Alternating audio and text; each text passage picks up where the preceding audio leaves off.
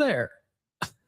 There is so much going on this morning that just broke right before I decided to hop on that I don't even really know how we're going to do this. There's just so much going on. And well, I guess we'll just dive right on into it, man. The Rockies are making moves. The Nuggets had a very interesting week. And well, I have to check my audio here real quick too, because I didn't get the opportunity to do that. That's just how crazy this morning has been. Let's do that real quick. Hey, it works. Okay. Welcome to Hoops and Homers. My goodness. You know, I wasn't really banking on receiving Colorado Rockies news less than 30 minutes before I started this show. And it's not like the news is incredibly massive, but it's pretty big as far as the Rockies are concerned.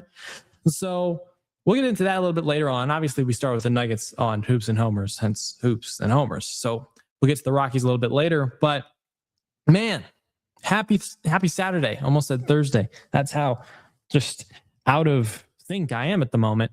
But the Nuggets weren't out of sync this week, at least not as much as people expected them to be. And, you know, we walked through the remaining schedule for the team over the next few weeks that we anticipate they won't be fully healthy. Okay. So we talked about every game they're going to play through the All-Star break, kind of walked through what we think their win-loss will be. And I ultimately came to the conclusion that the Nuggets would really not slip very much in the standings. Quite honestly, I think they can play 500 basketball without all these various key rotational pieces that they've been missing. But this week, I thought they wouldn't do so well. I thought they'd be 1-3 after this week. You know, I thought they'd beat Brooklyn. Okay. I thought that bad Brooklyn team would be the best opportunity that they had to get a win this week. I was wrong about that.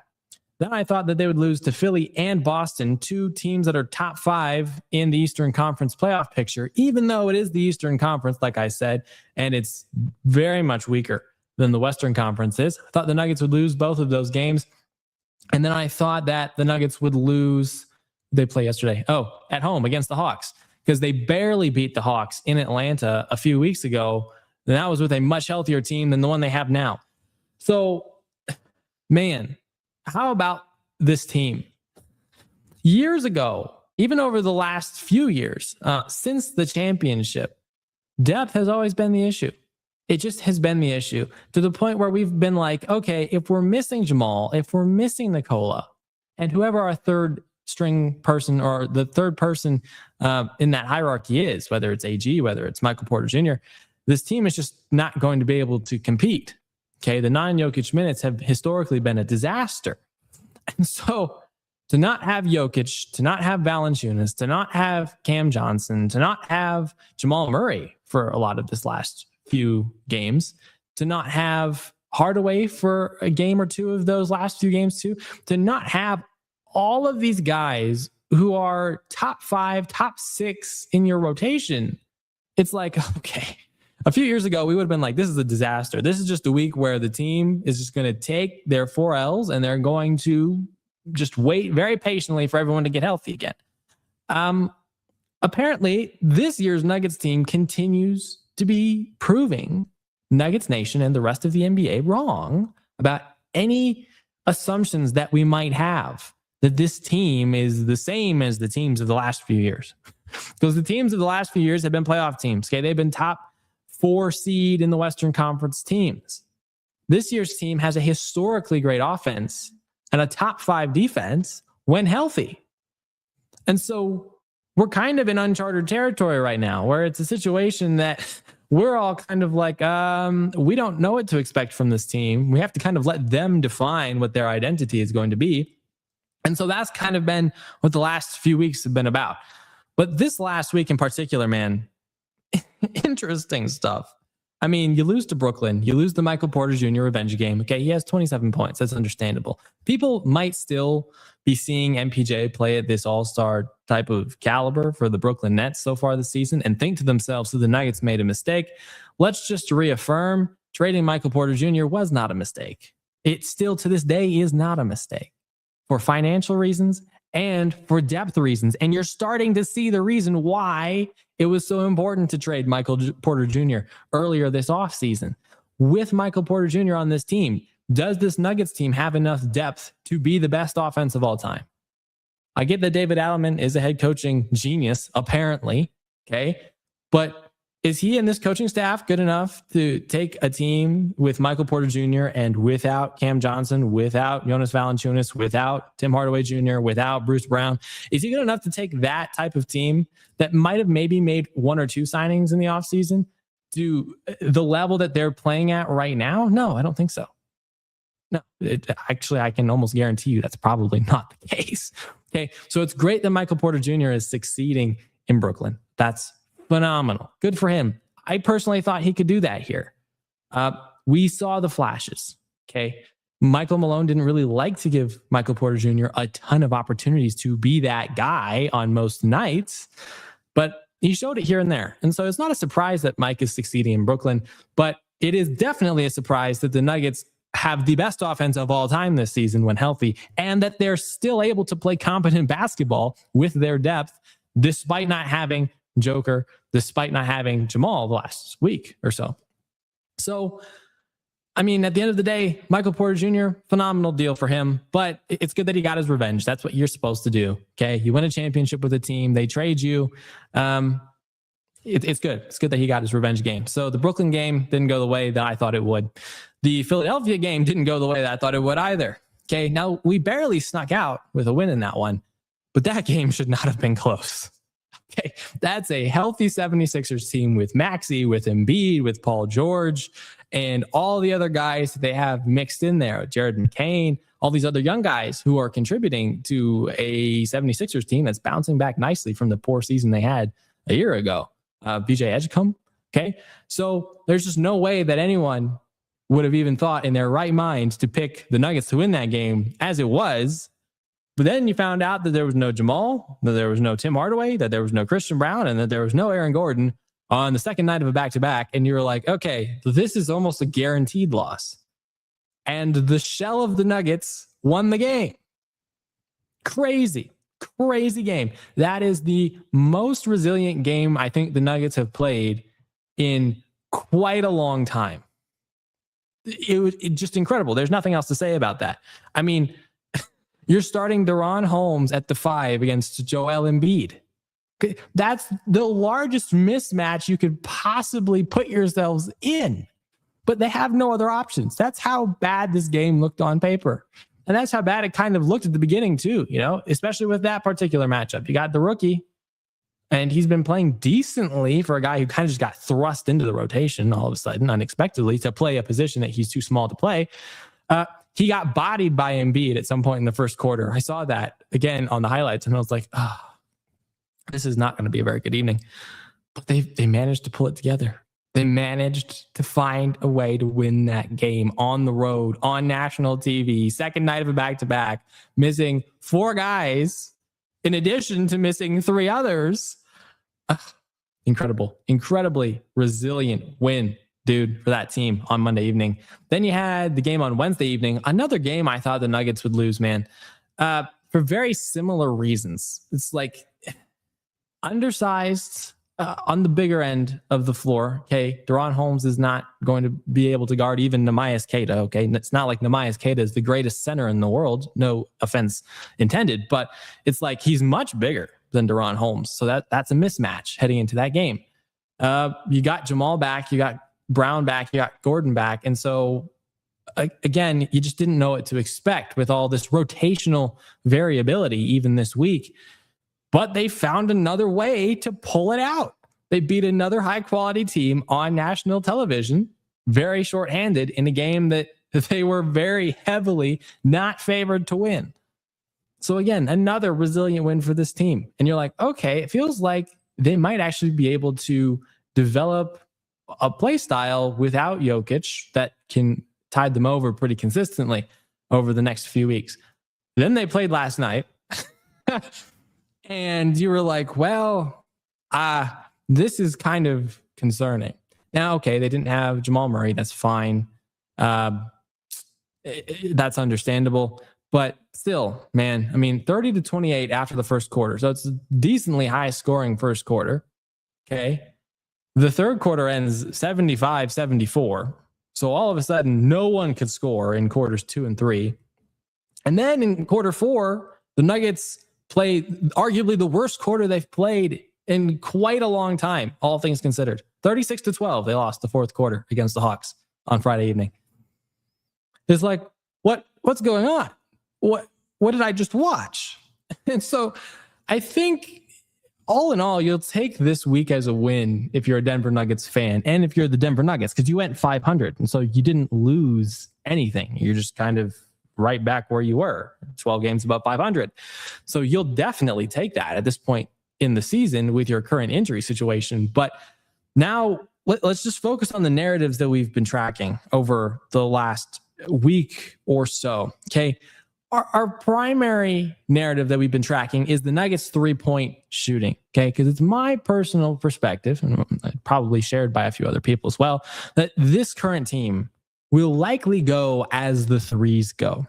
Okay. The Nuggets, most of the points the Nuggets score when they're healthy actually don't come from the 3-point line. I think like 55% of the points that the Nuggets score on a nightly basis when healthy are 2-pointers. So this is not a team that shoots a ton of threes. We've talked about that before. They shoot the three well, over 40% on the season. And so as this team continues to deal with all of these rotational challenges, it'll be interesting to see how they continue to play at the 3-point line. And over the last few games, without Jokic, without Murray in a lot of those games, without Tim Hardaway for a game in there as well, the Nuggets 3-point shooting trends have actually kind of been pretty interesting. Okay. They're making more and shooting better from 3 in the last few games than their season averages. Okay. In the wins, at least. Okay. They shot 8. They didn't shoot. They shot way more than that. They made 18 threes. Okay. Against Philadelphia. And that win on Monday evening, shooting 49% from 3. Okay. So they shot a large volume, more than 35. And they made a large amount. So, I mean, that was the key there. That's really what brought them over the edge at the end of the day. Jalen Pickett definitely held it down, man. 29 points in that game, and I think he made like 7 threes. So the 3-pointers definitely carried them in the win against Philadelphia. Same thing against Boston, even more so. They made 23s on 46% shooting from 3 against Boston.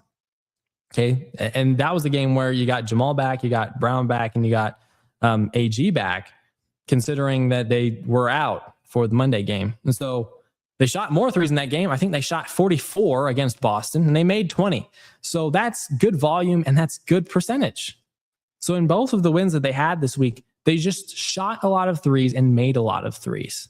Probably because they're focusing a lot more on drive and kick. You know, you don't have Joker soaking up all those defenders in the middle of the court at any point in time. So it'll be harder for them to get those cuts to the basket. And so they're going to have to rely on more jump shooting than they have and than they would if Joker was healthy. But in the 2 losses, they didn't shoot. They made 11 threes and they shot an average of 35%. Okay. I think they shot 34% against Brooklyn and they shot 36% against the Hawks. They made 11 threes in both those games. They also took fewer than 35 threes in both of those games. And so you're kind of seeing this narrative continue to play out exactly the way I figured it's going to play out, that this team currently has to focus on dominating the 3-point line. They have to win the 3-point battle in these games if they're going to win, which is not their usual way of winning games. But it is just the way that they have to win games at this point in the season if they're going to be competitive while they wait out this stretch of not having a full team and not having the best player in the world. So as far as that narrative goes, they go as the threes go. Okay, and that's pretty straightforward. The second narrative we were tracking is, can Peyton Watson continue to step up? Okay, easy answer to this question so far is yes. All right, last 4 games versus Brooklyn, 23 points on 57% shooting, 1 of 4 from 3. Didn't shoot great from 3 in that game.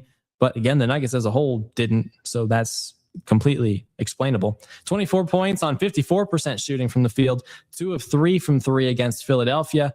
Okay. 30 points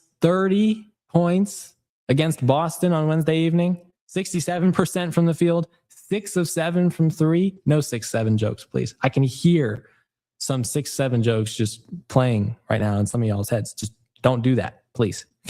Okay. 30 points. All right. And then 25 points against the Hawks on Friday evening, 47% from the field, 2 of 4 from 3. All right. So Peyton Watson continues to hold it down. He's effectively been the second option in this starting lineup over the last few weeks. And for a guy who's been pretty inconsistent over the last few seasons, coming into this season, which is a contract year for him, he has definitely played as if it's a contract year. Man is absolutely balling. Okay. He's fixed the jump shot. He can knock down threes from everywhere, but he's also become pretty good at creating his own opportunities. Okay. That's not something we've been able to say about Peyton Watson over the last few years. And that's something he's actually better than Christian Braun at doing. Okay. Christian Braun plays so well off Nikola Jokic, okay, because he gets all those back screens. He's a solid defender. He can knock down threes occasionally. He still hasn't become a good enough three-point shooter to the point where we can rely on him to be a consistent 3-and-D guy, Christian Braun. But Peyton Watson is actually really showing that he is a very complete player, very complete. He's worked on his shot. He can knock down threes. He can create his own shot. Solid defender. He's not a big body at the 3, but at the 2, he can kind of hold it down, which kind of makes him a solid combo guy if you want to play him at the 2 or you want to play him at the 3. He really kind of fits well in both of those molds right now for a, what is this, 4th-year player? He's in his 4th year now, right? Yeah. And so Peyton is just absolutely taking full advantage of this opportunity and is one of the reasons why the Nuggets are going to be able to hold their current position in the Western Conference over the next few weeks, despite not having all the players that we've mentioned numerous times. Okay, great for Peyton Watson. He's going to continue to get his value up this offseason as he heads into restricted free agency. It would be great for the Nuggets to sign him. And honestly, at this point in time, you might be considering a few things to try and keep him. Like I've said already, I don't think he'll be able to be retained by the Nuggets in the offseason. But if you were trying to find a way to get him on this team, because you extended Christian Braun instead of Peyton Watson, which at the time made complete sense, going into the offseason, you're going to have to find a way to free up some cash if you want to keep P-Watt, assuming he continues playing at this level. And I see no reason why he can't. Cam Johnson has been injured this year. Okay, Cam Johnson has kind of struggled to fit into this offense effectively, although he's done a better job of that over the last few games that he played before getting hurt in late December. Would you, if you're the Denver Nuggets front office and coaching staff, rather have Peyton Watson starting at the 3 as your future starting small forward and find a way to get rid of Cam Johnson in the offseason, assuming he doesn't find a way to fit into this scheme better? Because right now, Peyton Watson is undoubtedly the better fit for this team at the 2 or 3 than Cam Johnson is. Cam Johnson is the better defender, I think, all things considered, than P-Watt is.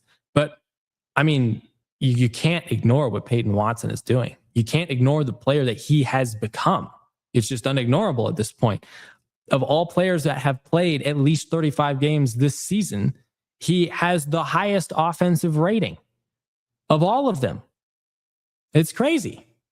Okay. So Peyton Watson deserves a serious offseason conversation. And that's not a conversation I think we were ready to have going into this year. All right. So that'll be interesting. But for now, all we need from him is to continue playing at this level, giving you 20, 25, 30 on occasional evenings, shooting decently well from the field, knocking his threes in and playing solid enough defense at the 2 and the 3. But he's doing a great job of that so far. Can Deron Holmes earn a rotation spot? That's the third narrative we're kind of tracking over this period of time. And it's been a very unfortunate week for him. Okay. Like I kind of said earlier, he continues to find himself in these matchups where he's just completely undersized. Okay. So he's underperforming for that reason. He's had his moments where he's knocking down shots, where he's getting blocks, where he continues to play with high energy and effort. Obviously, he looks like a rookie out there, okay? So he's still learning how to put himself in the right positions when defensive switches happen, when the Nuggets switch over to zone, etc. But the skill set is amazing. Like we said last week, there's a reason he was a first round pick by the Nuggets last year. And so you like the way he could fit into a future rotation in this organization, but it won't be at the 5. He's 6'9", 225 pounds. This last week he had to take on, who was it for the Nets? Day'Ron Sharp, is that his name? He's like 6'9", 6'10", 245 pounds. That's their starting center. Then he had to take on Joel Embiid, 7 foot, 280. Okay, complete mismatch. Then he had to take on Nemias Queta, 7 foot, 245, I think. Okay. Then on Friday against the Hawks, he had to take on Onyeka Okongwu. Okay, another guy who's 6'10", 245. So all these guys have like 20 plus pounds on him, and he's just trying to find out how to fit into the rotation while guarding guys who he's not officially supposed to be guarding, which is why he really hasn't gotten a significant amount of playing time this week. Hopefully, as the team gets healthier and you get a Jokic back or you get a Valanciunas back, he gets some looks at the 4.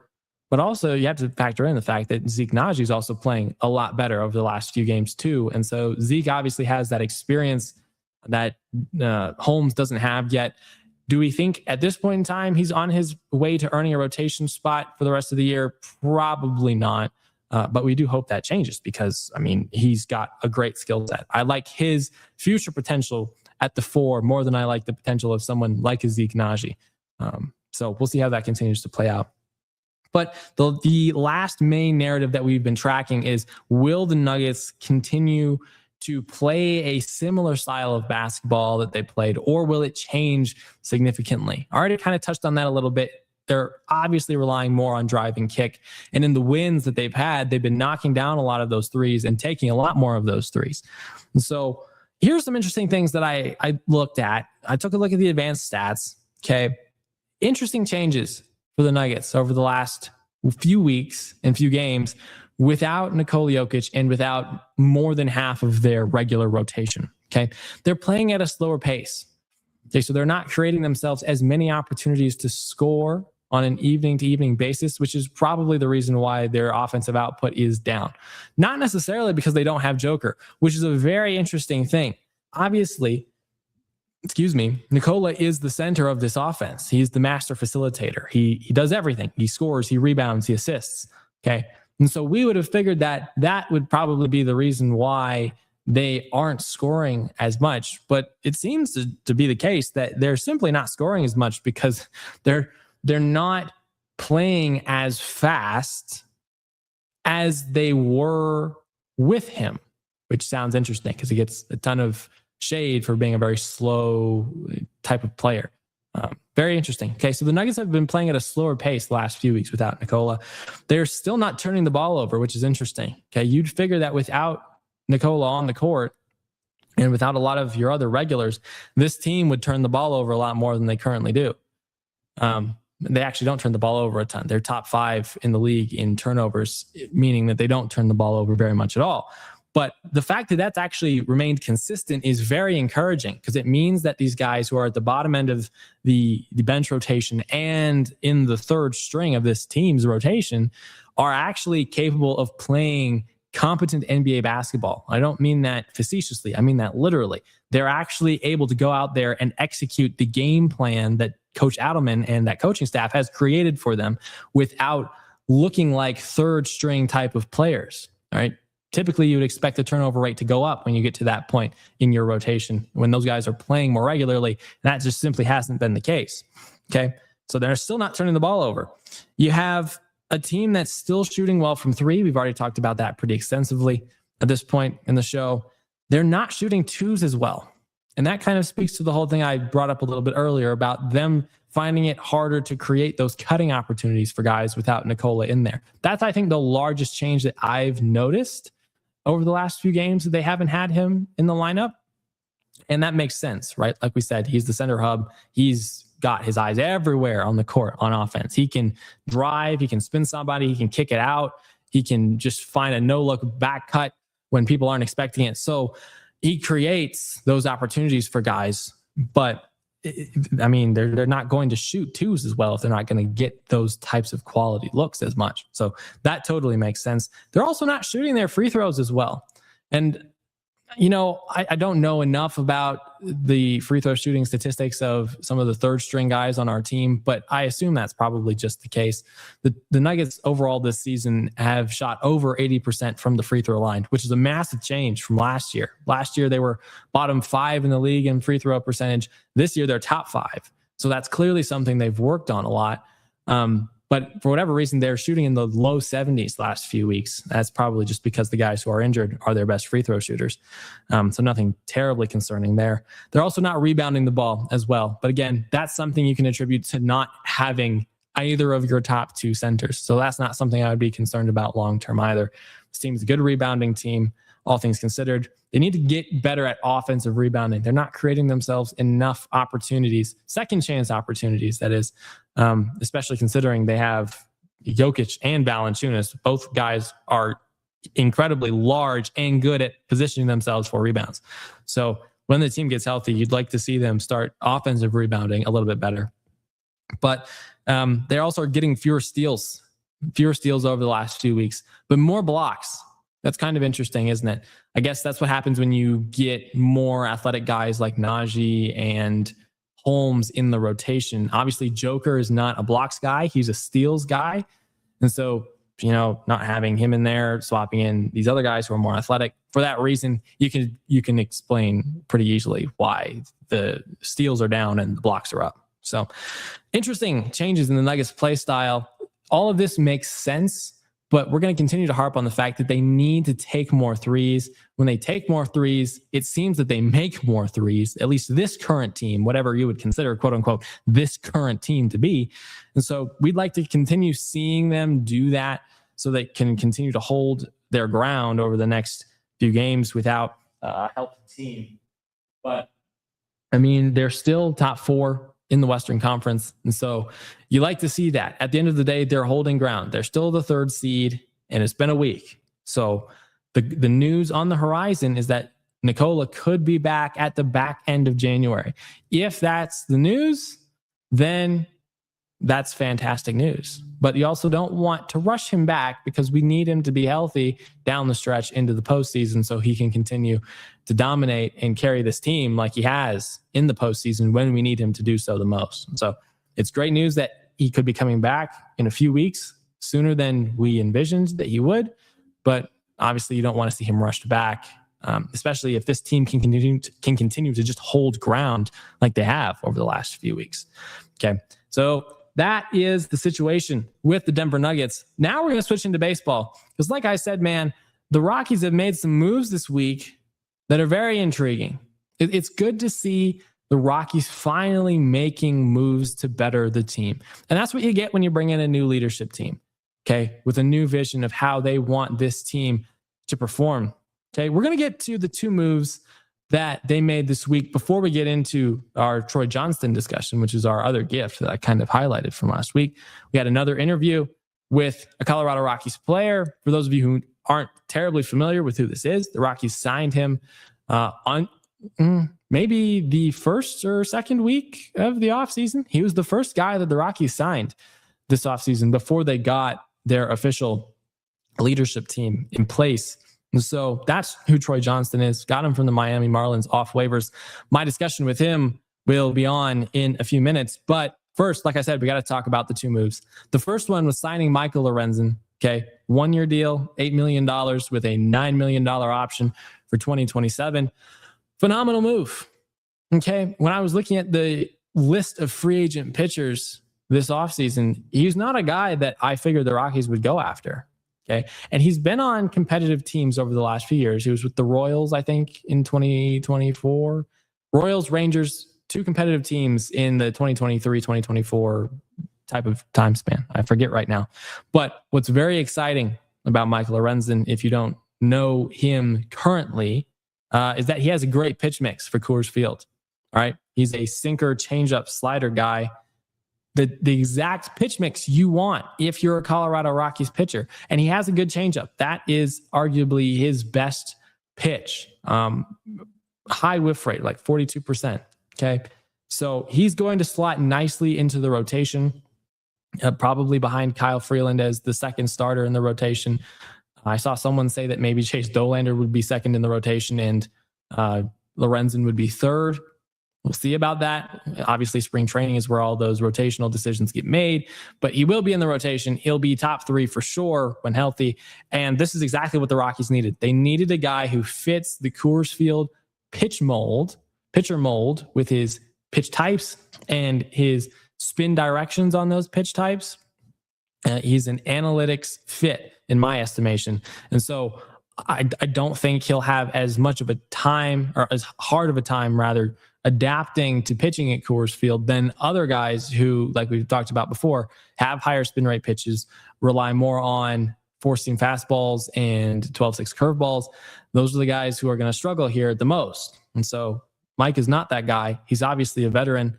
An interesting thing about him is that his four-seam fastball, which is really not much different from his sinker from a pitch build perspective, but for some reason they're two different pitches on Baseball Savant.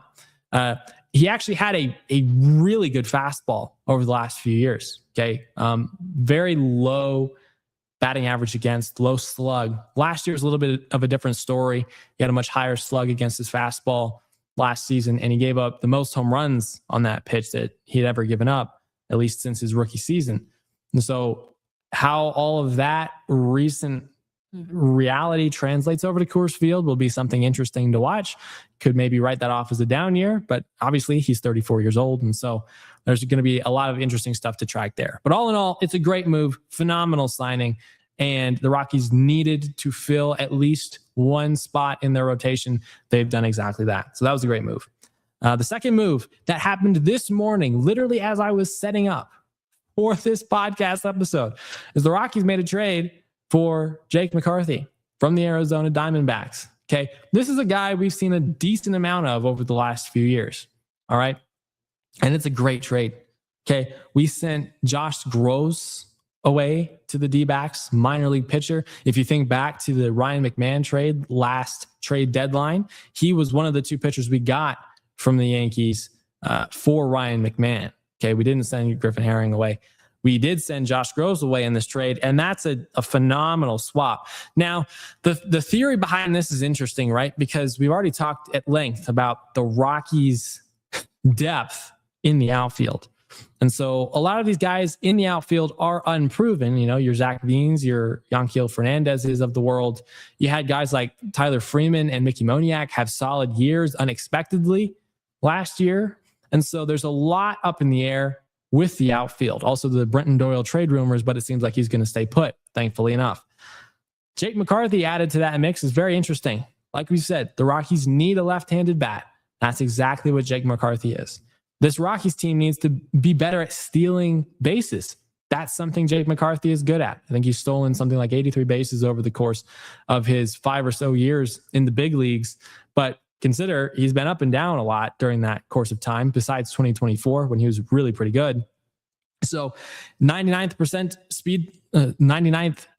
in speed is the type of person who Jake McCarthy is. And so that's a base running threat, right? That's a guy who has good range in the outfield, which he does statistically. And so this for so many reasons is a quality trade, because this is a guy who's in his late 20s. He's had opportunities with the D-backs. And in 2024, like I said, he was really pretty good. Hit like 285, hit like 8 home runs, not an incredible amount of home runs. But I mean, he was good at getting on base, and he was a threat to steal every time he was on base. So that's exactly the type of guy the Rockies want. He does hit the ball on the ground a lot, okay, more than 50% of the time. He's at the major league level, at least, he's always been a ground ball heavy guy, which is not necessarily what we want at Coors Field, but we'll take our wins when we can get them. And for the most part, this is a phenomenal trade for the Colorado Rockies. I mean, you send a minor league pitcher who's in single A, maybe double A level, not probably going to crack the majors for another year or two or more, to send him away to get a guy who could compete in the Rockies outfield for that starting right field position. It's a phenomenal deal. And so that was the news that broke this morning. Huge fan of it. But another guy who will be competing for consistent playing time this season is Troy Johnston. Okay, so he hopped on graciously enough with me to have a fun discussion. This was a great discussion. He's a guy who is fun to just talk about all things baseball related, whether it's analytics, whether it's his own mindset when he's playing on the field. Everything baseball related is something that Troy Johnston likes to talk about. And, that's just rare. It's rare to find someone who not only likes talking about that, but also talks about it well and effectively. I think he actually did some podcast stuff with the Miami Marlins AAA affiliate when he was there over the last few years. And so with that said, I hope you enjoy this interview, or more of a discussion that I had with Troy, and we'll check back in when this discussion is over. So have fun. Troy Johnston, welcome to Hoops and Homers. How are we doing this fine, first Friday of the new year, huh? First Friday of the new year. I'm very excited for, a nice 2026 new start to the year. It's cold and rainy here in Seattle, but, I wish I was having a nice, snowy Denver sunny day right about now. Yeah, we also kind of wish we'd get some snow. We haven't had much snow even over here for the last few weeks, so you might be a little bit disappointed that we're kind of as disappointed as you are, even though the weather's been pretty nice. That's hilarious. Are they getting snow in the mountains like Aspen, Breckenridge, those areas? No, actually, that's even more disappointing. I have a few friends who are big skiers, and they're like, the runs so far this year are not good. Just not enough natural powder. Oh, no. All right. Well, I didn't know that. That's news to me. I know. Hopefully we get it sometime soon. Hopefully it doesn't all come at the beginning of baseball season, though, like March, April, because you don't want to be have playing. You don't have rainouts, you have snowouts. Yeah, that happened here a few years ago. There was like an opening day we had against the Braves, and it was like snowing the first like few innings of the game. It happened last year too, I think. It's just crazy. Not a fun situation. I've actually played in that when I was in college at BYU. I played in the snow in Utah, and then up in Spokane, we would actually have practices in the snow. So I'm not new to it, but of course, playing in Florida for the last 6 years, it's definitely different. Just a tad bit, yeah. Inside, sea level, a lot of humidity. Yeah, completely different vibe. But sounds like you've been pretty busy this offseason with baseball. It looks like you were playing in the Dominican League. Is that correct? I just finished my tenure there. It wasn't exactly what I was expecting it to be. I kind of went down to get some work in, do different stuff, and it wasn't the same experience that I had last year. But of course, I thank them for everything that they've done for me, and they've always been very kind to me down in the Dominican. But even last year, I mean, I spent 5 whole months, pretty much the whole off season there, and I loved it. I loved the people. I loved the playoff baseball and how every game mattered down there. Kind of like in the big leagues. Even in the playoffs, we were watching in October, November. It's just different baseball, and of course it's a different way to play baseball. Yeah, for sure. I'm curious what the largest difference between that and MLB is, because I know there are a few other MLB guys that go down there to play in the wintertime when they have the opportunity. What's the biggest difference between those two styles of competition from your perspective? So if you've ever played in the Dominican, you know that the ball does not fly. So it's not like Coors Field where you're gonna, you're down by 4 runs and 2 home runs are probably gonna happen and you can come back and win the game. Down here or down in the Dominican, everybody bunts all the time. Bunt to first, push bunts, drag bunts, sack bunts, anything like that. Bunting is a huge part of the game, and there's a couple different ways to look at how the season works. So I would break the season up into 3 parts. You have the first half of the regular season, you have the second half of the regular season, and then you have the playoffs. The first half of the regular season is kind of like, guys coming from the Mexican League, guys trying to get a job, stuff like that. Like your starters probably won't be throwing over 90 miles an hour. You're going to have a lot of lefties like 88, 89, a couple of righties, maybe 91, 92. Then the end of the second half, you kind of get some of the guys getting ramped up for spring training, kind of playing a little bit more. Your starters are closer to, 94, 95. You're back into the bullpen, sometimes touching 100, stuff like that. And then playoffs is kind of where everybody gets ramped up. for spring training. And so you'll see a lot of big leaguers go down there, get some reps, get some actual gameplay. And that's when you got a bunch of dudes, and it's a very different game playing in playoff baseball down there, especially when you got, you know, sometimes in the capital, you're looking at, an Aguilas Licey game, and there's 40,000 people in the stands, and, people are climbing on nets and trying to get on the field and doing all this kind of stuff. It's just a very different style and way to play baseball. Yeah, it seems like a lot more, maybe more of an emphasis on the entertainment aspect. It seems like it's a big cultural thing down there too. So I'm sure they definitely let that show. When you go down there to play, I'm sure you probably have some stuff that you're trying to work on. It's obviously very different from the MLB level competition. So how do you find ways to work on the specific things that you've identified, maybe technically or strategically, with the different level of competition? So the level itself is like, I would consider it like it's like high double A, triple A kind of baseball. So it's actually it's closer to the big leagues than you think. Um, but I do use my True Media account. I watch video. I work on things in BP. I work on things in the cage. They have machines. They have all these different kind of equipment that we're able to use. It's not quite as up to standard as potentially an MLB team, but it's very similar in that it's baseball, and there's a lot of things you can work on. They can track things. You can ask them to look over things. It's like, for me, when I went down there, the big thing that I wanted to focus on was swing decision. I wanted to try to walk more. I wanted to try to take better pitches. I wanted to see more pitches. I wanted to become a more stubborn hitter, a more aggressive to my zone kind of hitter, which I did for a couple games. I, struggled another couple games. It's hard to jump right into playoff baseball when you haven't been seeing live pitching very much. So I think when I go down there and I do that, I have to evaluate myself a little bit and try to focus on what I'm trying to work on, understand that the results will come, but seeing just kind of when you go down there that it still is baseball and it's still part of it, but the things that you're trying to work on is universal, because it truly is still baseball at a high level.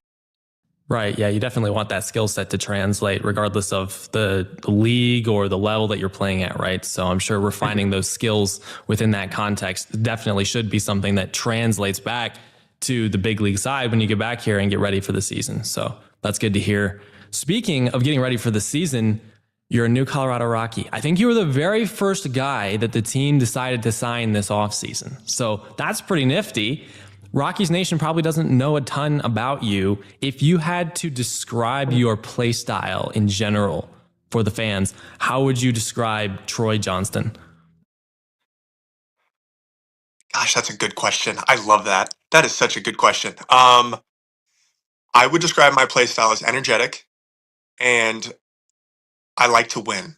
I I will do whatever I need to do to win, whether that's moving a runner over, whether that's getting a bunt down, whether that's trying to get a runner in from third. I'm not the kind of guy that's going to go out there and swing for the fences every time. I feel like I have been on winning teams. I've been on losing teams.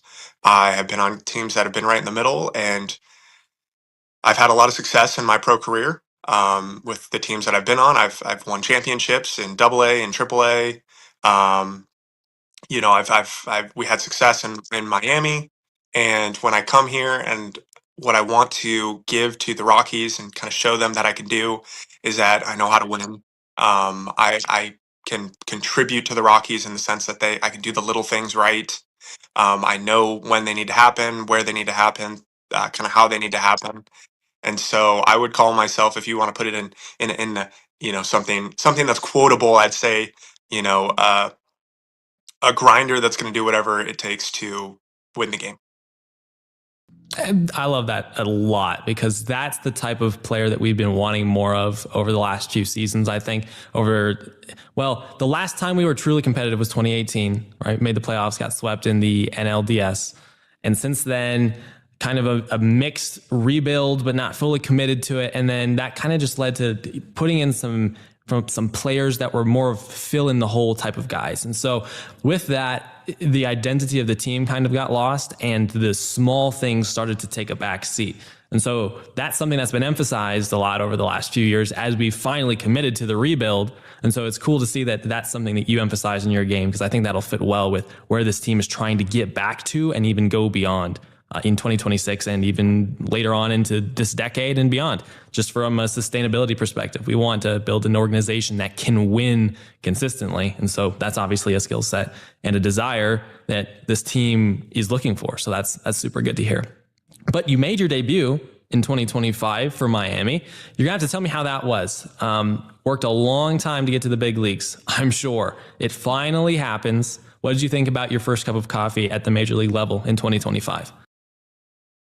It taught me a lot of different things. When I got that call, I truly did not believe my coaches that they were calling me. I thought I was going to get called up in 23. I thought I was going to get called up in 24. Of course, it didn't happen, but truly, timing is everything. Timing is always right. Maybe I wasn't ready at that time, but I was ready when they called me. Had a little bit of success, but getting that call was, a dream come true. It pretty much meant that all the struggle that I had leading up to it in the minors and, in my life was worth it. All the hard work, all the late nights, all the stress, it was all worth it. And so even, having the Colorado Rockies take a chance on me by claiming me off waivers, that meant a lot to me. And, it was very exciting when I heard that I was even getting called by the Rockies. I got a funny story for you too after. But it meant so much to me and my family. And, my wife, she broke down in tears because we've talked about that day for so long, ever since we thought that it was going to be an option. Being a 17th rounder out of Gonzaga, usually those guys don't ever make it to the big leagues. The opportunity for them is small. It's not likely that they're going to be a big leaguer and they're going to make an impact. But for me, the fact that I even got there from where I started, I was even telling my wife, I was like, when I first got drafted, I'm like, I might play baseball for a year, I might play baseball for two, but I got to get my degree so I can have a backup plan. And she was like, okay, well, whatever you want to do. Then in 2022, we kind of realized that, maybe this is going to be a career and this is going to be something we want to pursue. So that's what we did. And, it was all worth it.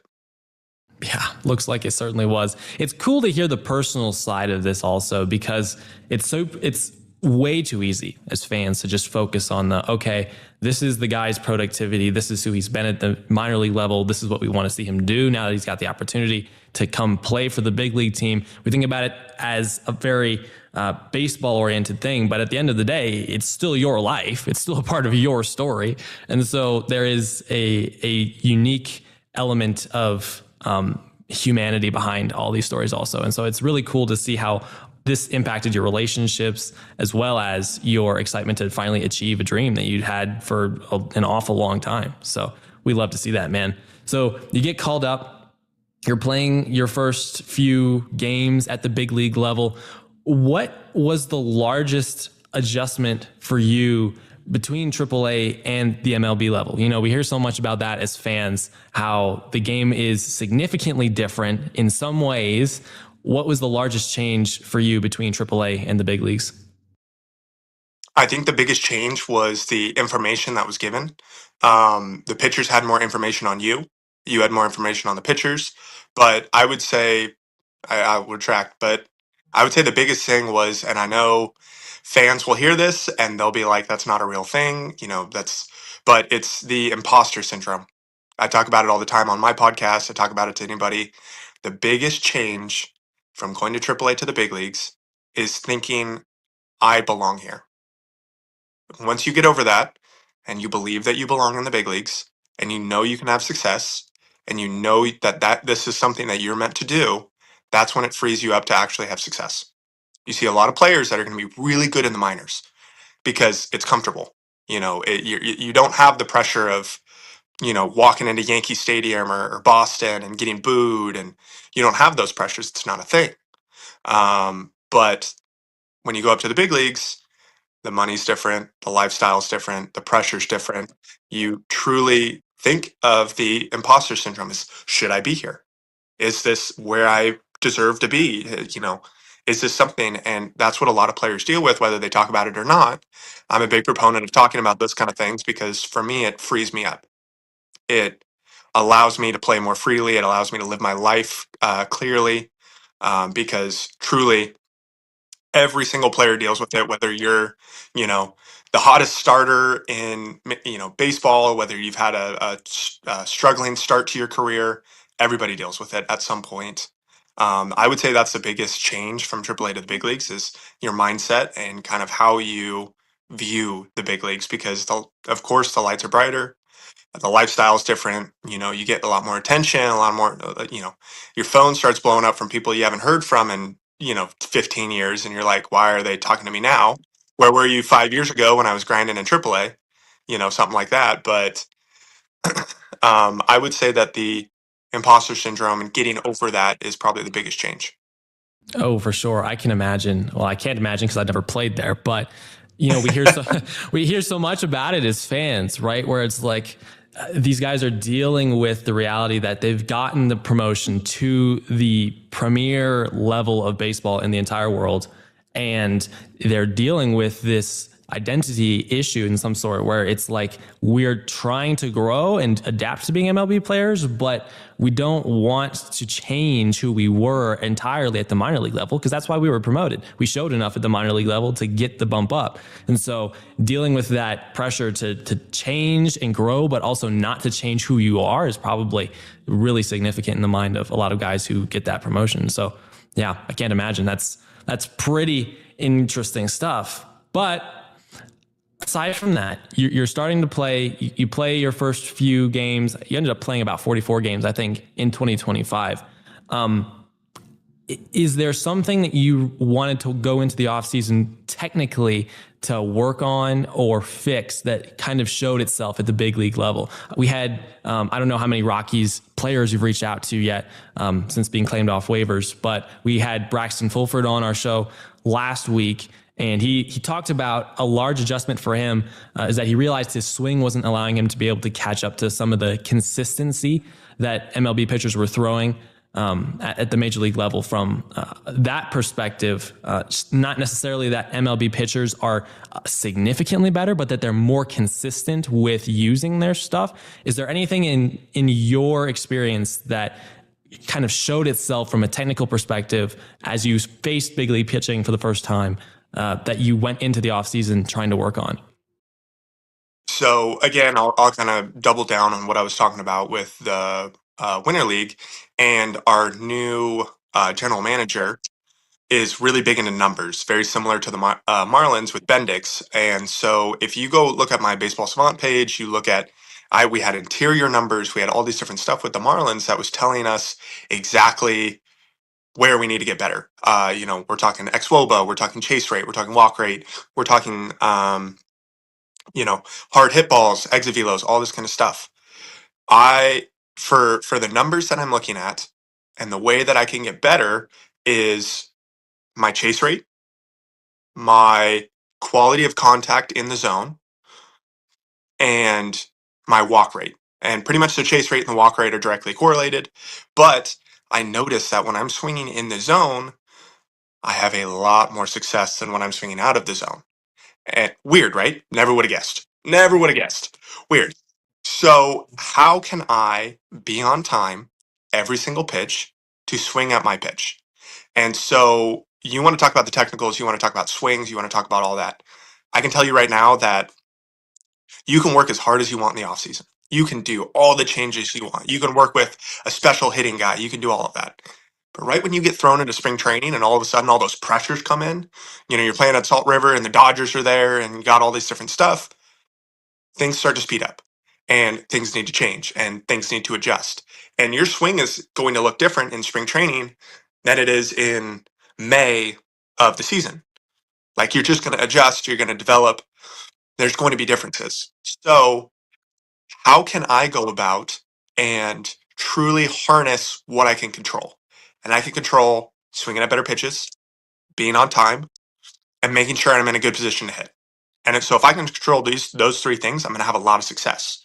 But when I go out and I try to do more, like like I was talking about earlier, like anybody can go up to the plate and try to hit a home run. You're probably not going to have a lot of success doing that unless you're Barry Bonds, I guess. He tried to hit a home run every time. He did it a lot. He's very good. But if you look at his numbers, his chase rate was very low. He walked a lot. So he put himself in a very successful position by swinging at the pitches that he needed to swing at, the ones that he would have success at. And so for me, especially in Colorado, where you're facing big league pitchers, they're trying to get you out. If you take those borderline pitches, all of a sudden they're freaking out. Here comes a 2-0 fastball, 2-0 slider right down the middle. I can do damage on that. But if I put myself and I swing at a ball in the dirt, now I'm a 1. Okay, I take a fastball up and away. Now I'm 1-1. Okay, I swing at another ball in the dirt. Now it's 1-2. Not only have I chased 2 pitches, showing the pitcher that he can throw another ball in the dirt and I'm going to swing at it, but I'm also at a 1-2 count where I also could be 2-0, looking for something where he's trying to get back in the count, something I can drive, something I can do something with. So the more I can control the zone, the more I can focus on that, then I think that's going to help me be more successful come the season. Yeah, it really is about controlling the things you can control. So it's Yes. it's cool that you mentioned that, because it's so easy to let the things you don't control shape your perspective. And if you're operating with a certain amount of fear about all these things that you can't control and can't predict or account for, it's very easy to just get stalled in your growth and development, because you're like, well, ultimately I don't have the control here over my own success in some sense. But when you change that perspective, all of a sudden you're putting yourself in a position to succeed by saying, okay, I know I don't control every aspect of this circumstance, but what can I focus on to put myself in the best position to succeed doing the things that I can't do? So that's a cool perspective that you have, as it pertains to your approach to just facing big league pitching. Something else that's interesting that I noted from looking at your Baseball Savant page, you didn't face off-speed pitches the most of all the pitches that you faced in your debut at the major league level, but that was the pitch type that you hit the best from a batting average perspective, interestingly enough. And so I'm always intrigued when batters hit off-speed the best of the 3 pitch types, fastball, breaking, and off-speed. Is that something that this approach that you're focusing on produces? Is that something like that you're looking for when you're up at the plate against pitchers, or is that just the kind of the way that's shaped out? So for me, I feel like I've hit in so many different parts of the lineup. I've hit in so many different situations. I've always been just like every big leaguer. They're a 1-4 hitter usually. Most big leaguers are 1-4 hitters that have hit their whole career. For me, I think there's different situations to look for certain things. Runner on second with 1 out, 2 outs. There's a good chance you're not going to get a fastball. Runner on third, runners in scoring position, 1 out. There's a really, really high chance you're not going to get a fastball. And so playing those little kind of games, those little kind of stuff, but at the same time, they're like I said, the pitchers have a lot of numbers on me. They know that I slug off speed. That's the pitches I can really get under. I can really do stuff. For me, my whole thought process is fastballs go the other way. I'll just take my singles. If I hit it for a double, great, awesome. But when they throw an off speed and they throw it in the zone, that's something I can really drive. I can really, get the head out on, because of course it's slower. All my timing works the same. So like, if I'm ready for a fastball going the other way, it's here. If I'm ready for an off speed, it's going to be out here. So I don't have to change my swing. I don't have to change my timing. I just have to change my approach. And so that's really the easier part for me to kind of go about. Yes, I've been working on hitting fastballs, of course, just like anything else. In my mind, that's the hardest pitch to hit in baseball, is a very good, well-located fastball. Sometimes even 100 miles an hour right down the middle is one of the hardest pitches to hit. And so even the statistics will tell you that. But in my mind, I think there's certain situations, and I like sitting on certain pitches. I like looking for certain pitches in certain counts. It locks me in. It tells me where it needs to start. It tells me where it needs to be. I had a home run against Jack Leiter, and I talked to my hitting coach. I said, he's got this weird thing where he's like 70% first pitch curveball to lefties. And if you notice, I was really excited rounding the bases after my home run. There's a runner on third. I was expecting a first pitch curveball. I just had good hands. Popped a single the other way for score the run. Great. Second at bat, He threw me a first pitch fastball. So I was like, okay, weird. He hasn't thrown me the first pitch curveball, whatever, no problem. Third at bat comes around. He throws the first pitch curveball. I was ready for it. I was sitting on it. I was waiting for it and I ended up hitting it out. And I was so excited because sometimes things work out that way where I look at the scouting report, I look at what I want to hit, what I want to attack. I go in and I use traject, I practice it, I do something like, something like that. And then it translates to the game. Sometimes my plan doesn't work out. That's baseball. It happens. They'll do something totally different. Maybe they are 80% slider and then that day they throw 4 fastballs to me. It just kind of is what it is. But when you're talking about how I hit off speed better, sometimes I'm looking for those.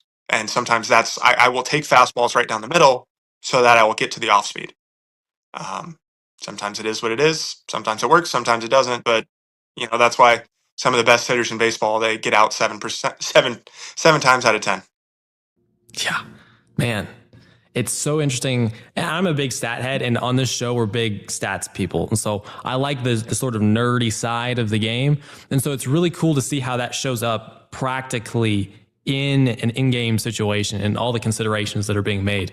Because you really do get the ability to make those predictions a lot more accurately with all that information, right? And so that's how you can put yourself again in that position to control your success as much as you practically can. And so it's really cool to see how you've used that in your own experience and had some success with that against some pretty good pitchers. You mentioned fastballs being underratedly hard to hit at the major league level. This is something interesting that not a lot of fans even know about. So I'm curious to hear the player's perspective.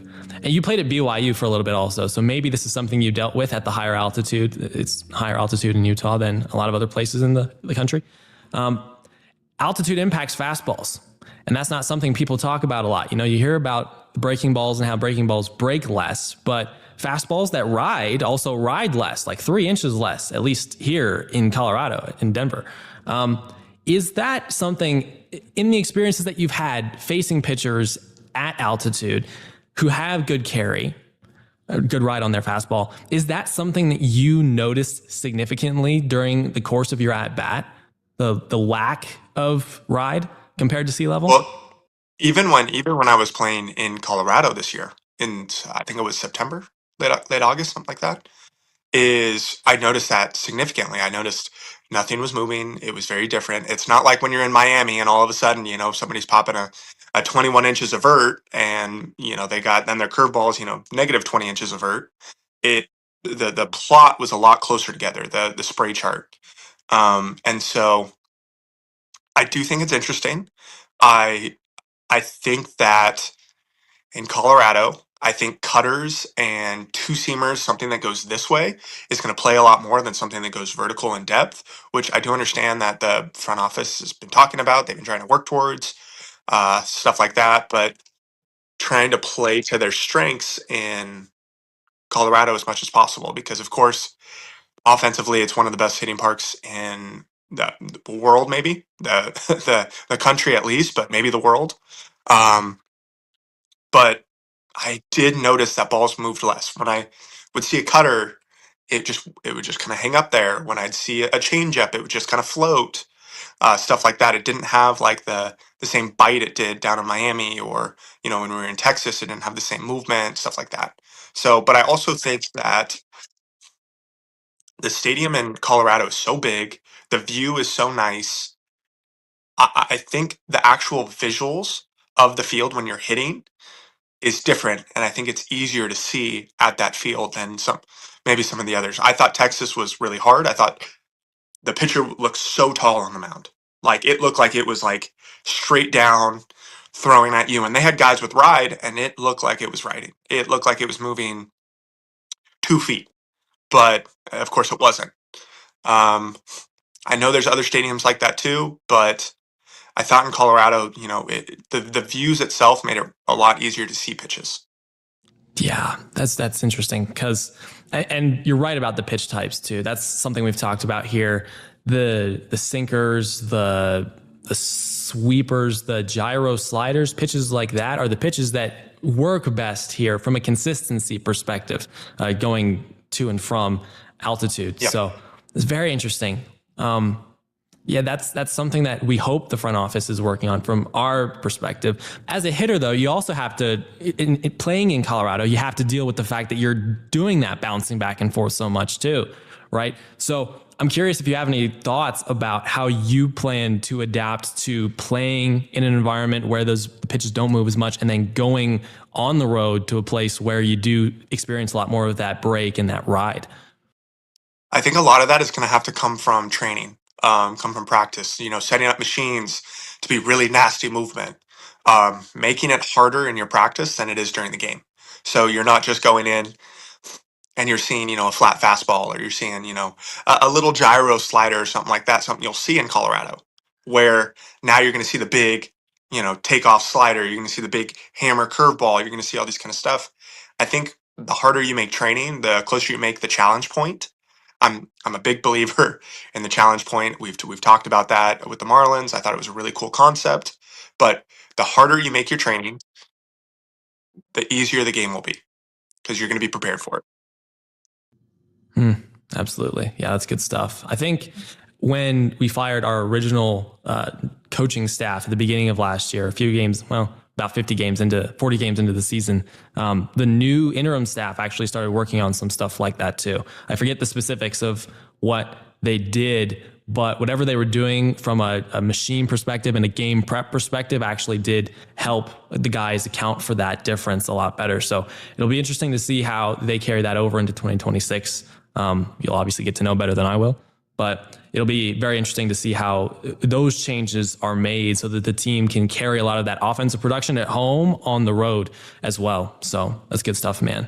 Final question I have for you. 2026, it's on the horizon. We're about a month and a half away from spring training now. And this organization is in an interesting point in its history. They're kind of building back new, changing a lot of processes, rebuilding culture. Talked a lot about productivity on the field stuff from a practical perspective, a gameplay perspective. But from a cultural perspective, as the team continues retooling and rebuilding its culture, how do you see yourself contributing to a positive, sustainable culture for this team going forward? So that's one thing I pride myself on. I feel like if I can make an impact off the field, if I can impact one player, one day, something, I can be the best teammate I possibly can. I can help somebody. I can do something like that, whether it's picking up the cage for them, whether it's, playing cards with them, whether it's, getting them a water from if I can do anything to be the best teammate that I possibly can be, then I won the day. And that's kind of the impact that I have. I can go 0 for 4 with 4 strikeouts on the field. Yeah, people aren't probably going to be happy about that. But if I was a great teammate that day, that was a win. If I cheered somebody on, if I, you know, got in there and maybe I made a great defensive play, but of course I didn't help offensively. I was a good teammate that day. Um, Focusing on the team and not just myself, you can get away from that when you're in the big leagues because a lot of money's getting thrown around. There's contracts. There's a lot of different things. People going in arbitration. People trying to get free agent deals. They're always thinking about next year. For me, I'm just starting, so I want to win. And so if I can be the best teammate that I possibly can be, cheer somebody up, make their day, crack a joke, and maybe they remember it for a month on, something like that. I think that's going to be a win for me, and I think that's what I want to go into 2026 being is, if they have an award for the best teammate, I want to win it. So I think that that's what I can bring to the Rockies this year, and hopefully I can bring, good vibes and good people. Yeah, man. Well, I can't wait to see it. We can't wait to see it overall as a fan base. We're typically more optimistic than most other Rockies fans here on this show. So I think this team is exactly like Warren Schaefer says it can be. A lot better, a lot quicker than people think. And so it's good to hear the perspectives of guys like you who are newer to this team, newer to the league overall, and the approach that you guys are going to bring to this team as we attempt to eventually reach the pinnacle, something we haven't done here in Denver ever. Well, we came close in 2007, I suppose, but that's a story for another time. But Troy, thank you very much for hopping on the show with me. We appreciate your time. Have a great day. Oh, thank you so much. Go Rockies. Tons of fun, man. Phenomenal discussion with Troy Johnston. That was an absolute privilege. And I'm sure you guys appreciated some of the stuff that you heard in there because his perspective on the game overall is really quite amazing. Okay, this from so many different perspectives. I enjoyed hearing the things he had to say, not least of which was his analytical approach to improvement. You know, as fans, like I said, we focus on stats, but we don't really understand how guys are trying to get better behind the scenes with the statistics. Obviously, MLB is a much more statistic heavy league now than it has been even decades ago, several decades ago. But you can't make all your decisions based on statistics. And so figuring out how to put statistics into the improvement process is very important. And what you kind of noticed him say there is that they take a look at the stats. Okay, what's my walk rate? What's my chase rate? What's my strikeout rate? All this stuff. Using that, they develop a strategy on what needs to improve. Okay, we need to walk more. Okay, we need to strike out less. Okay, we need to stop chasing pitches outside of the zone, or we need to stop whiffing as much. We need to work on hitting pitches inside the zone. Stuff like that is how they develop strategy. And then at that point, they focus on the technical stuff as the third thing that they focus on in the process, because that changes throughout the season. You know, you see guys' technique changing. They're always trying to figure out how to feel more comfortable at the plate, or if you're on the mound, trying to figure out how to feel more comfortable in your delivery. And so it's really cool to see how Troy processes this improvement plan. And so I thought that was a really cool thing that he brought up in our discussion. Also, the concept of controlling what you can control. You know, if you're at Coors Field, you can't control the altitude. If you're playing baseball in general, you can't control the pitches that a pitcher will throw, but you can do what you can. You can notice their trends, what they like to do in most general circumstances or specific circumstances. And you can really take advantage of all that information that's available to you so you can appropriately prepare for game day. So that's another thing that I like that he brought up in our conversation. And then just from a teammate perspective, what he wants to bring to the culture, the whole attitude of doing whatever it takes to win. Okay, you don't need to go out and try to hit a home run every at bat, obviously. But at the same time, you also have to have almost the exact opposite approach. You have to be willing to do something as simple as lay down a bunt if the situation requires, regardless of how your evening has gone. If it's good for the team, if it helps the team win, that's something you have to be willing to do. And that's apparently something that Troy focuses on when he's on the field, which is a good reason to be excited about his contribution to the culture. You know, just being a good teammate and helping other guys beat imposter syndrome too, especially with the team as it currently is constructed, with a lot of young guys trying to figure out how they fit in at the big league level, trying to establish themselves at this level, trying to beat the whole thought that can cross your mind of, well, I know I need to change something. I know I need to grow. I just have to figure out how to change things effectively so I'm not changing the person that I was at the minor league level that got me called up to the big leagues in the first place. And so it sounds like Troy is thinking about that stuff a lot, and I don't doubt that he'll be able to effectively help be a leader on this team going forward in 2026. So a lot of reasons to be excited about his contribution to this team in 2026, not just practically on the field, but also off the field and in preparation for on the field play as well. I enjoyed that discussion. He said he's willing to hop on a lot more times if we want him to. So he might be back on Hoops and Homers at some point in the future. But for now, I am taking off to enjoy the rest of my Saturday. I hope you do as well. I hope you enjoyed today's episode. We'll continue tracking the Nuggets, how they play with all the injuries over the next few weeks. And obviously, we'll see if the Rockies continue making some pretty significant upgrades at positions like starting pitching in the outfield. You know, the Jake McCarthy move was an upgrade in the outfield. You know, I checked my Instagram briefly after that news broke, and I saw some people were complaining about that move because of the depth in our outfield. Obviously, we talked about that earlier, but under the radar moves that do improve the team, we'll see if the Rockies make any more of those. And next week, I have another surprise guest for you guys. So you're going to want to tune back in next week as well. But until next Saturday, have a fantastic week, and we'll see you then.